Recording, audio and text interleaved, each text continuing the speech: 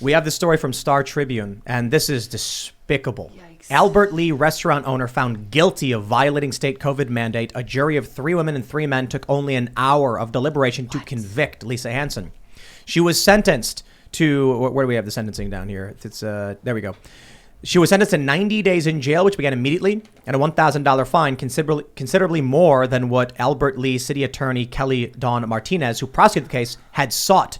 Wow. Meaning the prosecutor didn't even want it to go that crazy, and the judge was like, nah, lock her up 3 months. Why? Because she opened her wine and beer bar, flouting Tim Walz's executive order to shut down last winter during the COVID-19 pandemic, and was found guilty of 6 criminal misdemeanor counts Thursday by a Freeborn County jury. It was cops who came and arrested her for this. This is Minnesota. This is Minnesota. She fled to Iowa, and then sheriff deputies came and arrested her. So these are people, these are officers. Look, you got to understand, in places like New York City, as much as you might be saying like, well, the NYPD weren't the ones going out and doing this, the leadership are appointed by Democrats. They do not believe in the same moral systems, moral frameworks, and values that we here do. Right. Just because we might be like, there are good cops out there and they're besmirching the name of officers over, a few fringe cases, you need to realize that in places like Seattle, there are Antifa cops. Right, there sure are. Yeah, I mean, there was an Antifa person running for the basically like Attorney General of the city in Seattle. And then, she lost, but she was entrenched, she was running for that. It's interesting too. I was talking to some friends about this the other day. There's definitely a difference today between the way that Republicans and Democrats, conservatives, liberals, whatever terminology you want to use, approach things. It used to be that everyone basically seemed to have the same goal. And the question was, how do we get there? What is the process? I don't think there's the same goal in mind at all. And I don't think that there's even a similarity of worldview at this point. Yeah, I think for the most part, everyone's become increasingly selfish. And like the judge in this case or the prosecutors, they're just basically like, I'm going to get mine. Yeah. Like, I don't care. I mean, we're seeing what's happening all around the world, and it should be a warning shot to the rest of the world, especially with what's happening in Germany, in Australia, in Austria, in Italy, in France, where we're seeing just, elderly women walking by, big police officers grabbing their hands, demanding to see their papers, demanding to see their identification, and throwing them in jail, giving them huge fines, stealing their hard-earned money, punishing them, scaring the crap out of them because they didn't comply with the whims of the state. I think what's happening around the world in some of these places is what a lot of politicians want to happen here in the United States, and I think because of people fighting against it, because of people not complying, because of the state of Florida and other people saying, hey, I believe in my human rights, I have dignity, I have a life here that I will fight for and I will protect no matter what. I think that's one of the only reasons why society totally hasn't gone the way as many other societies have gone to, where even protesting, even just simply complaining is banned or made illegal. And it's absolutely crazy to see that happen in Australia, to see that happen all over Europe, where you can't even protest. That's crazy. We have that here with corporations. Corporations ban protest in the U.S. How so? Well, you have Twitter, you have social media platforms. Yeah. Well, they ban speech. They ban speech, and speech is protest. Yeah, and protest they also ban people from organizing and from having groups and doing events together. And covering the Ghislaine Maxwell trial. Yes. Yeah, that's another big was one. That? Yeah. It's obvious what they're doing. They're like, it's bad enough we had to pull this stupid campaign with Maxwell anyway. The last thing we want is someone to be tweeting about it. Right. Yeah. Or just even talking about the justice system. Oh, or just unless how you're saying it's terrible. Or just how the government took your tax dollars for over 30 years and ran an international extortion child trafficking operation.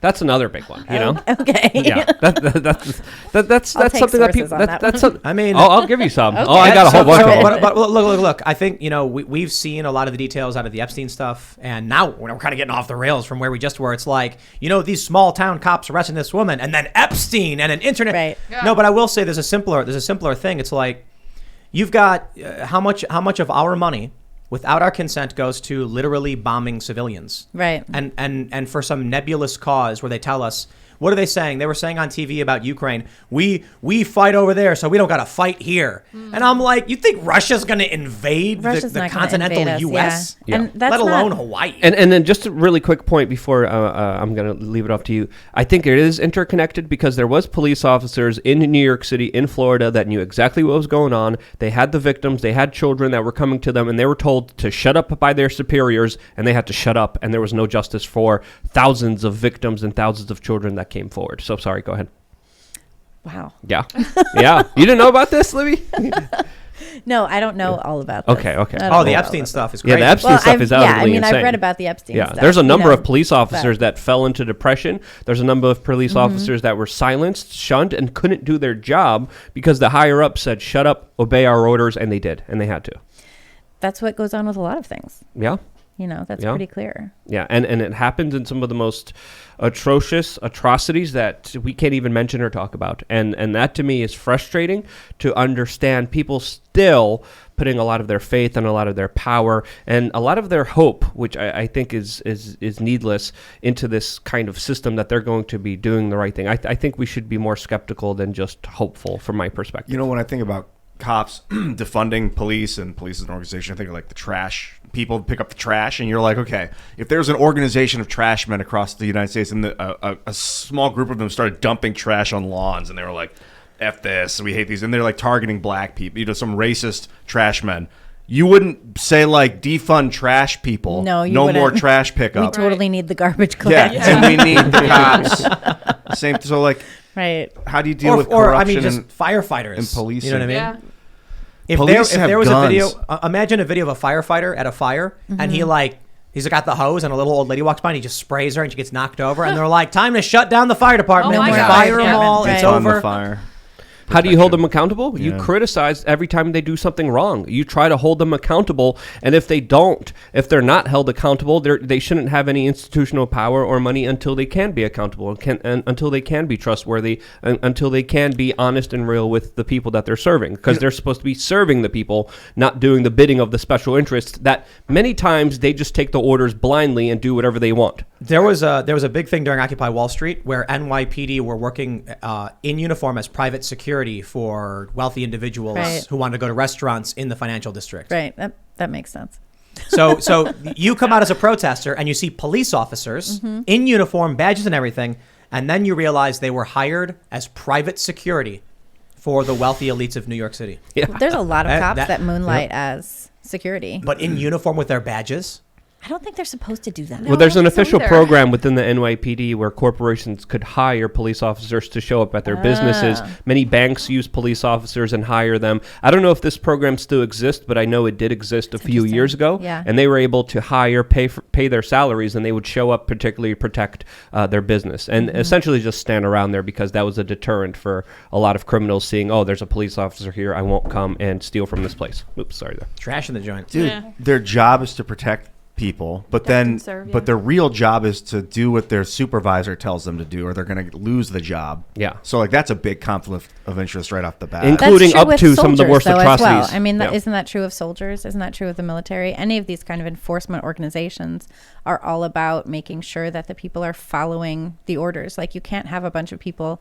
It just wouldn't work if everyone was out there making their own assumptions about how the law works. There has to be a coordinated effort in order for it to be successful. And right now it's running through people like authoritarian individuals. So maybe in the future the system will be altered so that we'll be able to police without having authority telling people what to do. I don't think that's really how it works. I think there always has to be authority to tell people if you're going to have some sort of army, people have to follow the orders in the army.